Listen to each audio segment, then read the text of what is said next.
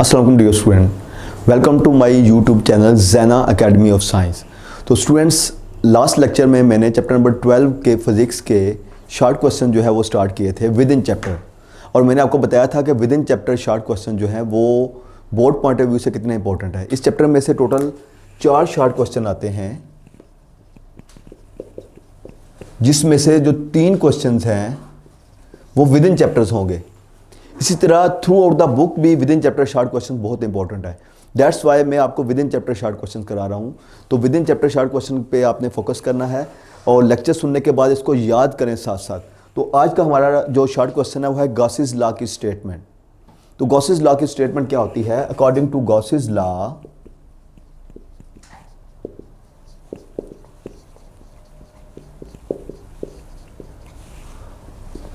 total electric flux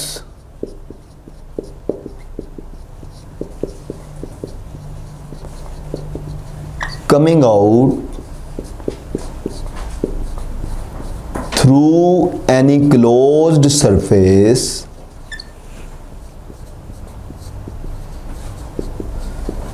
is equal to 1 over epsilon naught times total charge enclosed by closed surface। Flux क्या होता है? Last lecture में हमने पढ़ा था कि number of field lines passing through any surface area, लाइनों की तादाद। तो गॉसेस ने बताया कि क्लोज सरफेस के अंदर अगर टोटल चार्ज क्यू इनक्लोज्ड हो तो फ्लक्स का फार्मूला होता है phi is equal to 1 over epsilon naught into q। This is the mathematical relation of Gauss's law। तो आप लिख सकते हैं mathematically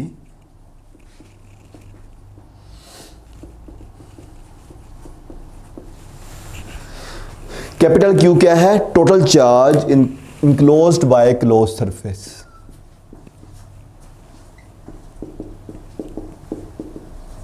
total charge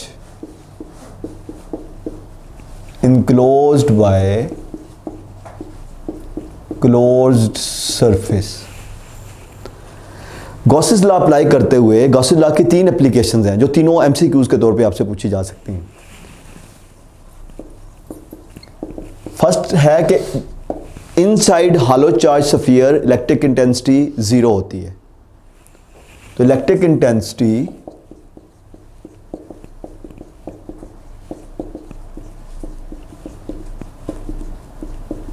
inside hollow charge sphere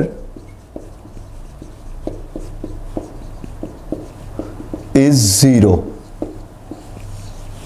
second, electric intensity due to sheet of charge क्या होता है? तो ई sheet का जो रिलेशन है that is sigma over 2 epsilon not. In vector form यहां पे आर कैप आ जाएगा। थर्ड वन, ई प्लेट्स क्या होता है? That is sigma over epsilon not. Vector form में यहां पे आर कैप आ जाएगा। और जरा गौर करें, ई प्लेट्स डबल आई शीट के। तो स्टूडेंट्स यहां से इसके बाद हमारा नेक्स्ट जो शॉर्ट क्वेश्चन है that is electric potential difference.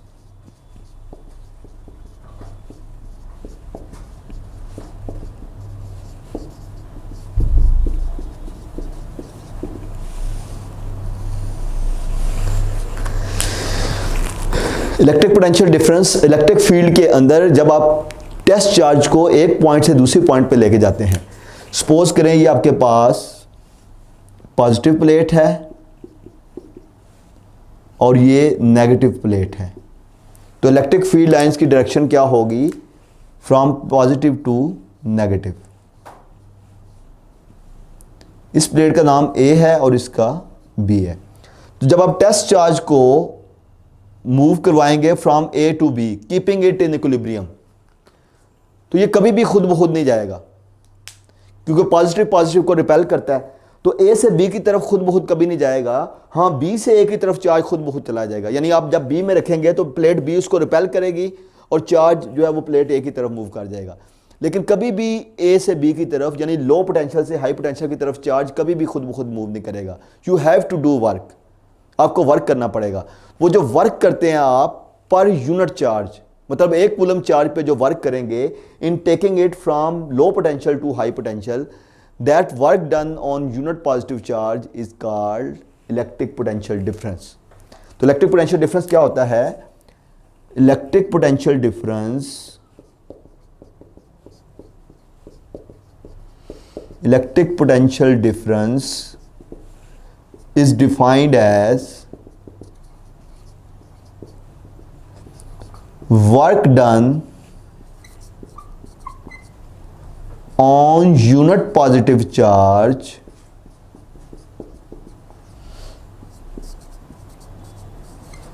in taking it from low potential to high potential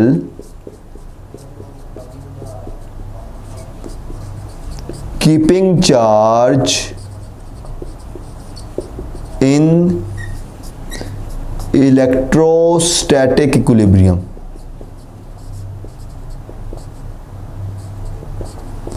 equilibrium में आप इसको कैसे रख सकते हैं?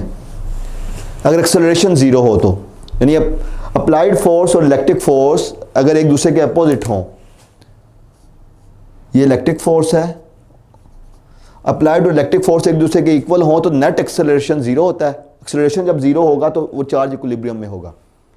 तो इक्विलिब्रियम में रखते हुए जितना वर्क करेंगे आप टेस्ट चार्ज को लो पोटेंशियल से हाई पोटेंशियल पे unit positive test charge mean एक कूलम टेस्ट चार्ज को, that work done is on unit positive test charge is called electric potential difference. उसका फार्मूला होता है students, delta V is equal to W A B over Q naught. इसका ऐसा unit होगा volt. वो कैसे define करेंगे आप? फार्मूले में जाके 1 पुट कर दें तो यहां पे आ जाएगा 1 वोल्ट। वर्क का यूनिट क्या होता है स्टूडेंट्स? जी वेरी गुड, जूल। तो 1 जूल और चार्ज का 1 कूलम। तो अगर आप एक कूलम चार्ज को लो पोटेंशियल से हाई पोटेंशियल पे ले जाते हुए 1 जूल वर्क करें तो उसका जो पोटेंशियल डिफरेंस होगा उन दो पॉइंट्स के दरमियान, दैट विल बी 1 वोल्ट। अच्छा, जब आप वर्क कर रहे हैं तो आपका वर्क कहीं ज़ाया नहीं हो रहा। Law of conservation of energy के मुताबिक आपका वर्क एनर्जी की फॉर्म में स्टोर हो रहा है इन द चार्ज। तो आप पोटेंशियल डिफरेंस को एनर्जी की फॉर्म में भी डिफाइन कर सकते हैं, पोटेंशियल एनर्जी की फॉर्म में भी। तो वो कैसे डिफाइन करेंगे? उसकी एक अल्टरनेट डेफिनेशन ये भी लिख सकते हैं, वो भी। तो इंक्रीज इन पोटेंशियल एनर्जी या change in potential energy per unit charge is called potential difference. तो कैसे डिफाइन करेंगे? Change in potential energy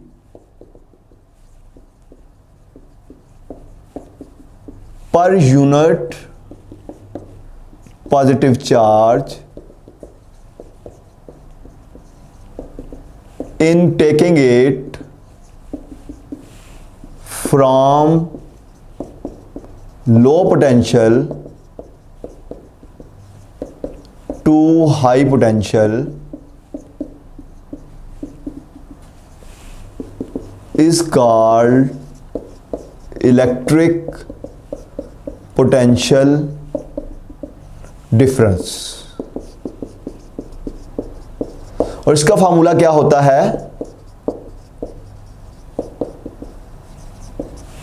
delta V is equal to delta U over Q naught. Unit same है। तो students आपसे जब board में पूछा जाएगा तो आपसे तो सिर्फ इलेक्ट्रिक पोटेंशियल डिफरेंस की डेफिनेशन पूछी जाएगी। तो आपकी चॉइस है, आप ये लिख दें या ये लिख दें, दोनों में से कोई एक लिख दें। ऐसा कभी नहीं कहा जाएगा कि इलेक्ट्रिक पोटेंशियल को in terms of potential energy define करें, इलेक्ट्रिक पोटेंशियल डिफरेंस को in terms of work define करें। ऐसे अलग से कभी शॉर्ट क्वेश्चन नहीं आएगा। तो आपकी चॉइस है, लेकिन दोनों में से कोई एक डेफिनेशन लिख दें। तो नेक्स्ट स्टूडेंट आ गया, एब्सोल्यूट पोटेंशियल एनर्जी क्या होती है, इलेक्ट्रिक पोटेंशियल क्या होता है? यहीं से रिलेटेड है। एब्सोल्यूट इलेक्ट्रिक पोटेंशियल क्या होता है? ये जो पोटेंशियल डिफरेंस है ये फील्ड के अंदर दो पॉइंट्स के दरमियान होता है। लेकिन अगर आप इन्फिनिट से लेके आए किसी चार्ज को, तो इन्फिनिट से लेके आएंगे जब, तो उस वक्त जो वर्क डन होगा फील्ड के अंदर किसी पॉइंट पे ले जाने के लिए, that work done is called absolute electric potential. तो एब्सोल्यूट इलेक्ट्रिक पोटेंशियल को कैसे डिफाइन करेंगे? दोनों में फर्क पहले समझ लें कि पोटेंशियल डिफरेंस फील्ड के अंदर दो पॉइंट्स के दरमियान होता है, यानी इसमें दोनों पॉइंट्स फील्ड के इनसाइड है। और एब्सोल्यूट कब होगा? अगर आपका एक पॉइंट फील्ड से बाहर चला गया, जहां पे कोई पोटेंशियल भी नहीं है, जीरो पोटेंशियल है, तो वहां से अगर आप फील्ड के बाहर से लेके आए टेस्ट चार्ज को इनसाइड द फील्ड, तो जितना वर्क होगा that work done will be called absolute electric potential. तो absolute electric potential is defined as, it is defined as work done in taking unit positive charge from infinity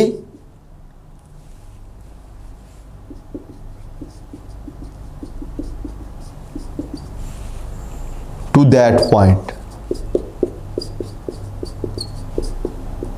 आप start में लिख सकते हैं absolute electric potential at any point is defined as. तो यहां पे लिख दें absolute electric potential at any point is defined as. तो इसका जो फार्मूला होता है for point charge, for point charge, जो कि एक लॉन्ग क्वेश्चन है आपका, v is equal to 1/4 pi epsilon naught q over r। तो ये क्लियर स्टूडेंट आपका इन दोनों टॉपिक के हवाले से कंसेप्ट क्लियर होना चाहिए कि खाली जो होता है पोटेंशियल डिफरेंस वो फील्ड के अंदर दो पॉइंट्स के दरमियान मूवमेंट की वजह से होता है, लेकिन जो एब्सोल्यूट होता है उसमें आपका एक पॉइंट फील्ड से बाहर होता है। स्टूडेंट्स, हमारा आज का लास्ट शॉर्ट क्वेश्चन है जो कि बहुत इंपॉर्टेंट है बोर्ड पॉइंट ऑफ व्यू से। बोर्ड में अक्सर ये आ चुका है short question, prove that E is equal to minus delta V over delta R. तो इसको प्रूव करने के लिए कंसिडर करें हमारे पास एक पॉजिटिव चार्ज प्लेट है B और एक नेगेटिव चार्ज है प्लेट E। तो इलेक्ट्रिक A, तो इलेक्ट्रिक फील्ड की डायरेक्शन क्या होगी? B to A। तो अगर हम टेस्ट चार्ज को लेके चलें from low potential to high potential, keeping it in equilibrium, तो पोटेंशियल डिफरेंस का रिलेशन क्या होगा? आप अभी पढ़ चुके हैं जी स्टूडेंट्स, जल्दी से बताएं जी। Very good. Delta V is equal to WAB over Q naught. इसे आप इक्वेशन 1 कह दें। अब वर्क का फार्मूला क्या होता है? जनरल रिलेशन होता है वर्क का WAB is equal to FD cos theta. तो यहां पे जो फोर्स है वो हमारी इलेक्ट्रिक फील्ड के अपोजिट है, यानी इलेक्ट्रिक फोर्स डाउनवर्ड लग रही है और आपका डिस्प्लेसमेंट जो है वो अपवर्ड है। ठीक है, इलेक्ट्रिक फोर्स डाउनवर्ड है और डिस्प्लेसमेंट किधर है? Upward, from A to B। तो एंगल, दो वेक्टर जब अपोजिट हों तो एंगल होता है 180 डिग्री। तो हम इक्विलिब्रियम में रखने के लिए, मैं लास्ट टाइम बता चुका हूं कि आपकी अप्लाइड फोर्स इलेक्ट्रिक फोर्स के बराबर होती है। So in this case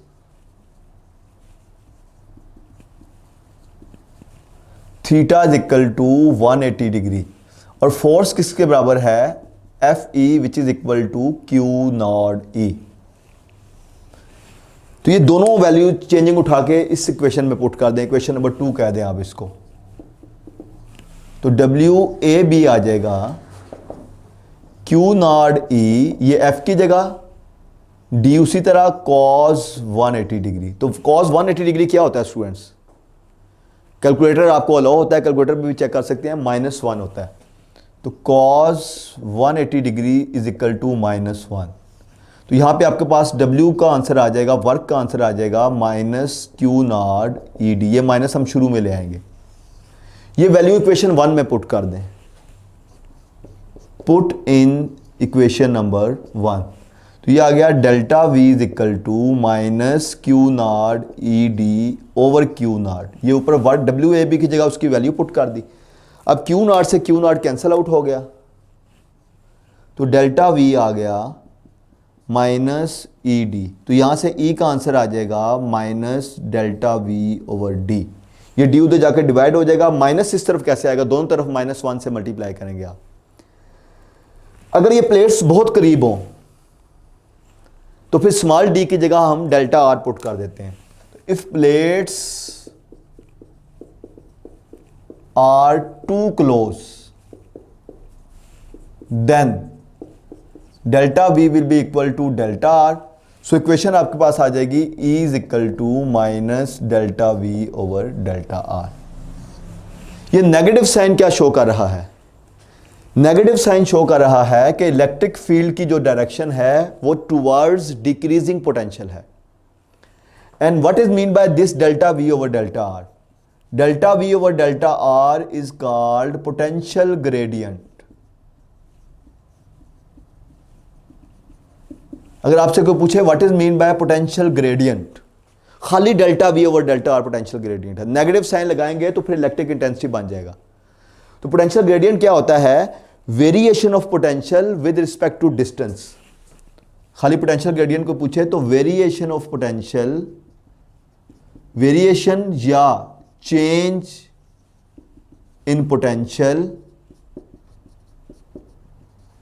with respect two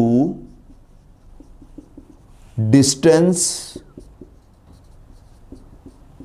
is called potential gradient.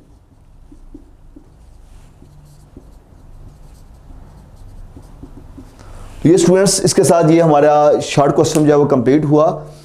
तो आपको एक बहुत इंपॉर्टेंट बात बताता चलूं कि जब भी आपके शॉर्ट क्वेश्चन डेरिवेशन टाइप के होंगे तो इसकी डेरिवेशन आप पहले आराम से ध्यान से लेक्चर सुनने के बाद समझ के करें, अटेम्प्ट करें देख देख के, और 2-3 दफ़ा जब आप लिखेंगे तो फिर ये आपके जो है वो कंफर्म आपके माइंड में बैठ जाएगी। तो इसलिए स्टूडेंट्स आपने इस क्वेश्चन को लिख लिख के तैयार करना है, जो भी डेरिवेशन वाले शॉर्ट क्वेश्चन होंगे। तो स्टूडेंट्स, इसके साथ हमारा आज का लेक्चर ख़त्म हुआ। नेक्स्ट लेक्चर में इंशाल्लाह जो रिमेनिंग क्वेश्चंस हैं चैप्टर नंबर 12 के, विद इन चैप्टर के, उसके साथ हम हाजिर होंगे। थैंक यू स्टूडेंट्स, अल्लाह हाफिज़।